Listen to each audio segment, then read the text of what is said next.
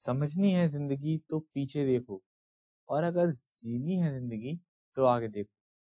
मतलब अगर आपको पीछे देखना है तो आप ये देखो कि आपने कहाँ गलती करी है, ठीक है। और अपनी लाइफ को अगर जीना चाहते हो तो हमेशा आगे देखो, यानी कि अपनी पुरानी गलती से सीखो और समझो और आगे बढ़ो। आई बात समझ? गुड मॉर्निंग गाइस, मैं अनुज स्वागत करता हूँ आपके अपने परिवार एग्जाम पर में। तो दोस्त हो चुके हैं सुबह और मैं आपके सामने लेकर के आ गया वोकैबुलरी धमाका। आज हम कवर करेंगे टेस्ट, और वो टेस्ट होगा इडियम एंड फ्रेजेस का।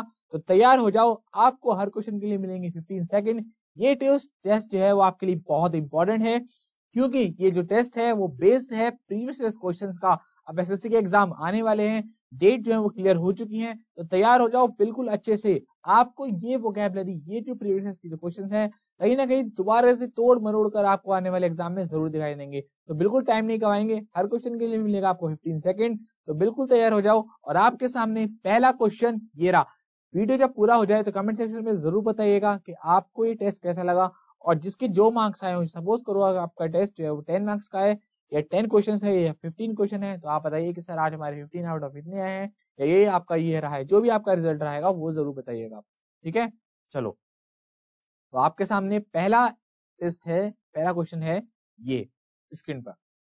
A drop in a bucket, 4 option हैं, आपको फटाफट से काउंट करना है अपने मन में कि क्या उसका आंसर होना चाहिए। कॉपी पेन लेकर के बैठ जाओ और टिक करते रहो कि पहला हमारा सही था या दूसरा हमारा गलत था, और जो मैं बात बताता रहा हूँ उसको नोट करते रहिएगा। अच्छे से पढ़िए, अच्छे कॉपी पेन लेकर बैठा करिए। अच्छे बच्चे जो है वो सभी कॉपी पेन लेकर जरूर बैठते हैं, और जो बच्चा पहली बार क्लास में आ रहा हो वो जरूर प्लेलिस्ट में जाए, देखिए हम किस तरह किसी चीज पर काम कर रहे हैं और हम कैसे कैसे यहाँ तक आज आए हैं। क्लियर ये बात? चलो, तो आपका टाइम शुरू होता है अब।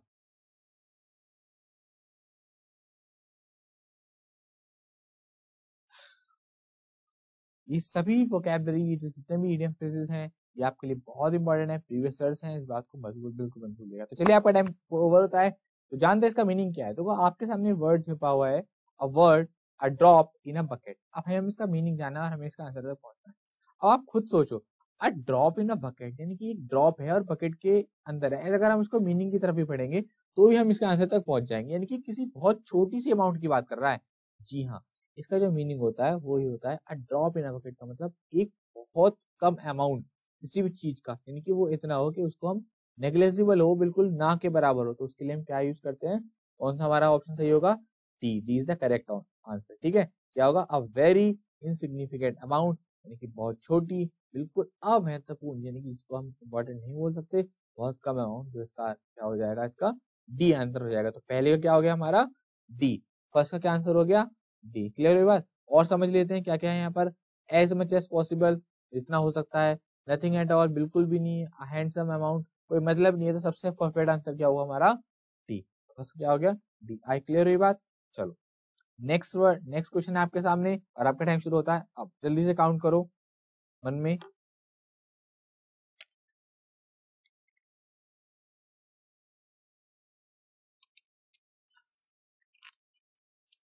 शाबाश। बहुत ज्यादा टफ नहीं है, एसएससी बहुत ज्यादा टफ नहीं पूछता, लेवल में पूछता है, मॉडरेट लेवल रहता है उसका। चलिए, आपका टाइम ओवर हो जाता है यहाँ पर। एट 11th आवर, तो एट 11th आवर का मीनिंग होता है बिल्कुल लास्ट मोमेंट पे। सपोज करो आप जा रहे हो, है ना, और आप ट्रेन पकड़ते हो, जैसे जैसे कि मैं जो है वो अक्सर जो है वो ट्रेन में ट्रैवल करना पसंद करता हूँ, क्योंकि बहुत ज्यादा रश वगैरह नहीं रहता वहां पर, सीधा सीधा दिल्ली टू मेरठ का रहता है ना, तो क्या है, बहुत ज्यादा ट्रैफिक रहता है, तो इसलिए मैं ट्रेन के थ्रू आता जाता हूँ। तो क्या रहता है आपका? एट 11th आवर, मतलब बिल्कुल लास्ट टाइम पर ही क्या हुआ, मैंने ट्रेन को पकड़ा। ये भी लास्ट टाइम पर आपने बस को पकड़ा, ये लास्ट टाइम पर ही आप क्लास में एंटर हुए। तो इस तरीके से जो एट 11th आवर का जो सेंस आता है वो ये रहता है कि एट द लास्ट मोमेंट, कि आप कोई भी काम किसी भी लास्ट मोमेंट पे कर रहे हो, या आपने लास्ट मोमेंट में कंप्लीट किया, तो वहां पर हम यूज करते हैं एट लास्ट मोमेंट, यानी कि बिल्कुल अंतिम क्षण में। तो क्या हो गया इसका आंसर? डी। और पढ़ेंगे इसके मीनिंग, देखेंगे क्या क्या लिखा हुआ है। तो पहले तो ये बात नोट कर लीजिए कि सेकंड का क्या हो जाएगा? डी। टू लेट, बहुत ज्यादा लेट हो जाना। टू अर्ली, बहुत ज्यादा जल्दी हो जाना। और इमीडिएटली, तुरंत। ये हमने इसके जाने मीनिंग क्या हो गए, लेकिन जो हमारा करेक्ट आंसर रहेगा वो रहेगा सेकंड का डी। क्लियर ये बात यहाँ तक? चलिए आगे बढ़ते हैं। नेक्स्ट क्वेश्चन है आपके सामने। 15 सेकंड आपके स्टार्ट होते हैं अब, और आपका टाइम शुरू हो चुका है। जल्दी से आंसर सोचिए से क्या होगा। अ रेड लेटर डे, बहुत इंपॉर्टेंट, बहुत कॉमन, बहुत आसान सा इडियम है, आसान है, टफ है, मुझे नहीं पता, एसएससी ने पूछा है। तो ये है आपका एसएससी का लेवल, एक मॉडरेट लेवल रहता है, बिल्कुल घबराने की जरूरत नहीं है। आपको कहीं से कहीं तक कोई भी आपकी वोकैबुलरी भी कवर नहीं, कमी कोई भी नहीं आने किया है, मैं आपको सारी वोकैबुलरी अच्छे से कवर कराऊंगा, तो परेशान होने की बिल्कुल भी जरूरत नहीं है। चलिए इसका फटाफट से मीनिंग बताइए क्या है।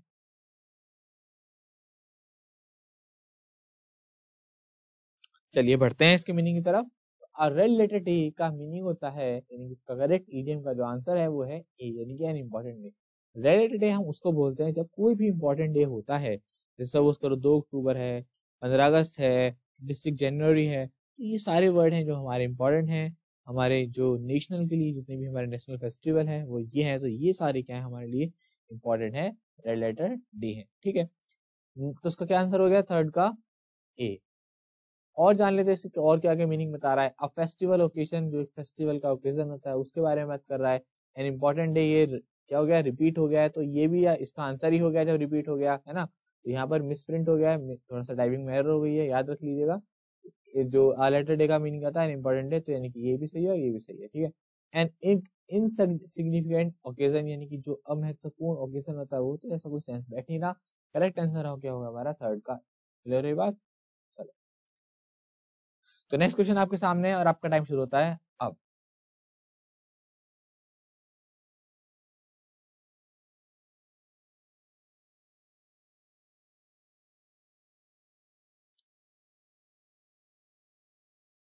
तो आपके सामने ये जो फोर्थ है, इस जब हमारे सामने लिखा हुआ है अ डैम्प स्क्विब। अ डैम्प स्क्विब का जो मीनिंग होता है वो होता है अ डिसअपॉइंट रिजल्ट, यानी कि ऐसा रिजल्ट जिससे हमें निराशा हुई हो, यानी कि ऐसा रिजल्ट यानी कि निराशाजनक परिणाम, तो उसको क्या बोलते हैं, अ डैम्प स्क्विब।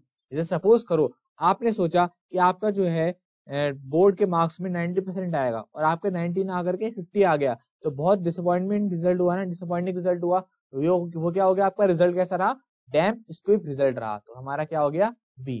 फोर्थ का क्या हो गया हमारा बी आंसर। समझ में आई बात, अ डैम्प स्क्विब अ डिसअपॉइंटिंग रिजल्ट। क्लियर है बात। रेनी वेदर, एक्सेसिव लेबर, बहुत ज्यादा लेबर को, और नन ऑफ आवर, ये हमारे यहाँ पर कोई सेंस लेकर नहीं आ रहे हैं, तो फोर्थ का हमारा क्या हो गया बी हो गया। क्लियर है बात। चलिए बढ़ते हैं नेक्स्ट की तरफ।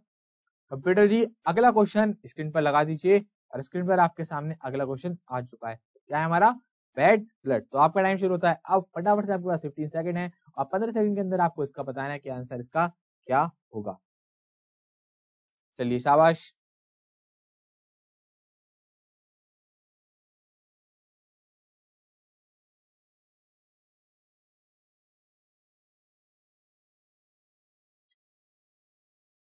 चलिए आपका टाइम ओवर हो चुका है, बढ़ते हैं इसके मीनिंग की तरफ। तो बैड ब्लड का मीनिंग होता है बहुत ज्यादा एक दूसरे से क्या होना, नफरत वाली भावना होना। जैसे सपोज करो आपका आपका कोई दोस्त है, तो पहले बहुत अच्छा दोस्त था, लेकिन किसी वजह से आपके बीच कोई किसी बात को लेकर कंट्रोवर्सी हो गई, तो आप उससे नफरत करने लगे, तो वहां पर हम क्या यूज करते हैं, बैड ब्लड। वहां पर हमारा क्या मीनिंग हो जाता है, फिफ्थ का सी, यानी फीलिंग ऑफ हेट्रेड, एक दूसरे से क्या करना, दुश्मनी सी जैसी भावना हो जाना, ठीक है। तो हमारा क्या करेक्ट आंसर हो गया फिफ्थ का सी। क्लियर हुई बात, फिफ्थ का सी। चलिए बढ़ते हैं आगे, और कोई यहाँ पर कोई खास मतलब ले नहीं रहा। Low blood pressure, high blood pressure, feeling और लव, ये कोई भी नहीं है। फिफ्थ का जो करेक्ट आंसर है वो है हमारा सी। चलिए बढ़ते हैं नेक्स्ट इडियम की तरफ, चीक बाय जॉय। फटाफट से बताइए क्या होगा इसका। चलिए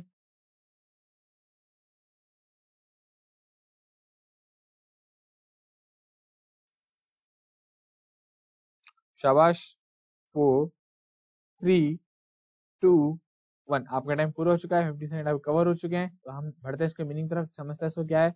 चीक बायोजॉल का मतलब होता है बहुत ज्यादा क्लोज। सपोज करो आपका कोई दो, आपके बहुत सारे फ्रेंड हैं, मगर एक नहीं का आपका फ्रेंड जो होता है खास होगा, तो वो आपका क्या है, चीक बाय जॉल है। तो आप उसको याद कैसे रखेंगे, मेरा जो फ्रेंड है उसका नाम याद करिए, उसके बारे में सोचिए, और उसके लिए क्या आइडिया यूज कीजिए, चीक बाय जॉल। तो आपका कोई ना कोई फ्रेंड जो है वो कैसा होगा, वो ज्यादा क्लोज होगा, तो याद रखेंगे इसका क्या हो गया हमारा ए हो गया। क्लियर है ये बात। आर्ग्यूइंग, किसी से आर्ग्यूइंग करना, टीज करना एक दूसरे को, है ना, अवॉइड करना, ये औरों के मीनिंग थे, लेकिन हमारा जो करेक्ट आंसर क्या होगा, 6 का ए। क्लियर हुई बात। नेक्स्ट की तरफ आपके सामने एक क्वेश्चन है, 15 सेकंड आपके स्टार्ट होते हैं अब। जल्दी जल्दी बताइए, डंकी हियर, सोचिए, डंकी से मीनिंग बनाने की कोशिश करिए। शाबाश।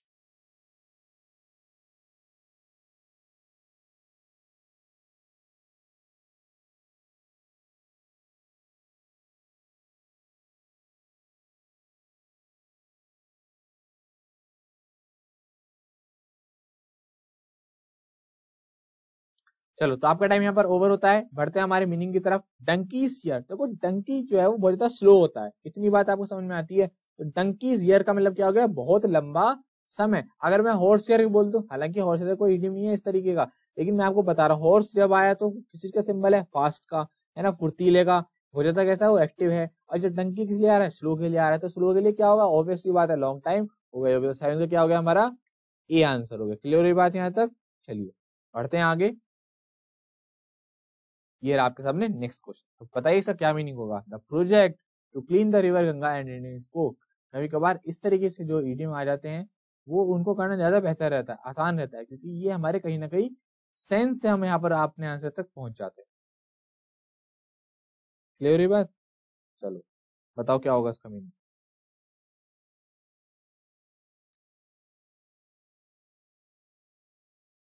शाबाश, सोचो। तो चलो बढ़ते हैं इसके आंसर की तरफ। यहाँ पर बात कही था project to clean the river Ganga, यानी जो प्रोजेक्ट था साफ करने के लिए गंगा को, वो एंड इन स्पोक हो गया, यानी कि कोई भी प्रैक्टिकल रिजल्ट तक नहीं आया, उसका कोई रिजल्ट नहीं निकला। तो हमारा क्या आंसर हो गया, हमारा 8th का ए। ठीक है। यील्ड ओनली कंफ्यूजन, कंफ्यूजन रहा। यील्ड नो प्रॉफिट, कोई फायदा नहीं हुआ, कोई प्लान नहीं था, नहीं ये हमारा नहीं होगा कोई भी।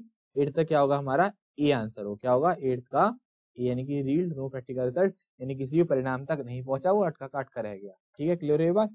नेक्स्ट क्वेश्चन की तरफ। अगला क्वेश्चन आपके सामने, फटाफट से ट्राई कीजिए क्या होगा इसका। He is living the USA for good. जल्दी से सोचिए।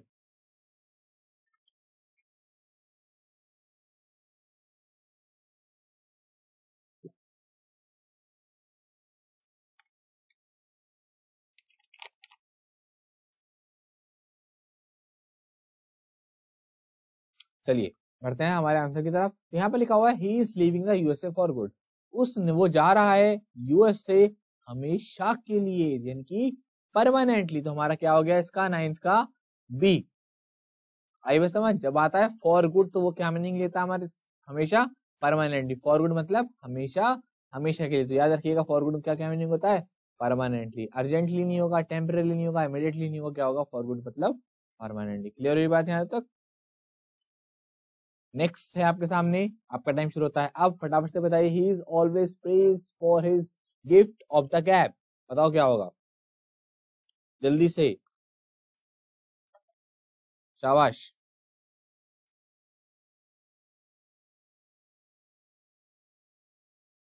15 सेकंड बहुत है आपको, अगर आपको उसका मीनिंग आता है, लेकिन सभी बच्चे के हिसाब से सोचना पड़ता है, हर किसी को लेकर सोचना पड़ता है, तो इसलिए जो है 15 सेकंड जो है वो आइडियल टाइम है, परफेक्ट टाइम है। आप ना कम ना ज्यादा। क्लियर है बात? चलो बढ़ते हैं इसके आंसर की तरफ। He is always praise for his gift of the gap. तो जो गिफ्ट ऑफ द गैप होता है उसका मीनिंग होता है टैलेंट फॉर स्पीकिंग, यानी कि किसमें, बोल चाल में बहुत ज्यादा अच्छा होना, है ना। उसकी वजह से कोई कोई होता है बहुत ज्यादा डिबेट वगैरह में पार्टिसिपेट करता है, क्योंकि वो उससे बहुत स्पीकिंग में होता है, तो वो क्या होता है 10th का। क्लियर है बात यहाँ तक? और देख लेते हैं। बीइंग लकी है, गेटिंग समथिंग फ्री है, ग्रेट स्किल है। कोई भी हमारे जो लॉजिकल आंसर नहीं है। गिफ्ट ऑफ द गैप का मीनिंग क्या होता है हमारा, टैलेंट फॉर स्पीकिंग, यानी बोलचाल में बहुत ज्यादा अच्छा हो, उसको हम बोलते हैं gift of the gap. Clear है बात? नेक्स्ट की तरफ बढ़ते हैं। He wanted this agreement in the black and black and white. बहुत आसान है, बहुत बार आए हुए एसएससी में, आपने पढ़ा भी होगा, नहीं पढ़ा तो आज जान लीजिए, मत भूलिएगा आगे से। ठीक है, चलिए बताइए क्या होगा इसका। शाबाश। क्वेश्चन आते हैं आपका टाइम शुरू हो जाता है, आपको फटाफट से जो है अपने आंसर की तरफ पहुंचना होता है।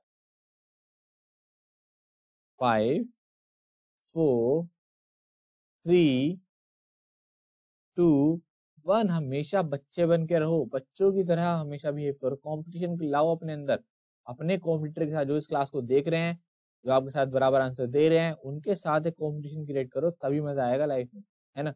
He wanted his agreement in the black and the white. In the black and white का मीनिंग होता है रिटर्न, यानी कि कोई भी चीज जब लिखित में हो, तो कहता है ना लिखित में दो, तो मुझे क्या बोलो, इन ब्लैक एंड व्हाइट में दो, यानी कि मुझे लिखित में दो। यानी कि कोई भी चीज, जैसे अगर आपके सपोज करो आपका जो किराएदार है उसने बोला मैं मकान छोड़ दूंगा 1 महीने बाद, खाली कर दूंगा, तो वो मकान वाले बोलेगा कि मुझे लिख कर दो कि आप 1 महीने बाद खाली कर दो। इस तरीके से हम यूज करते हैं in the black and white.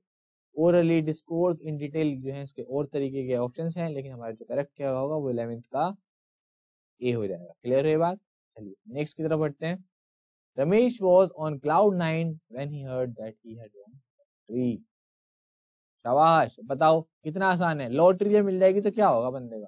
Frustrated होगा क्या? कंफ्यूज होगा क्या? शॉक होगा क्या? नहीं ना। क्या आंसर होना चाहिए? बहुत आसान। बहुत ज्यादा क्या हो जाएगा? वो खुश हो जाएगा।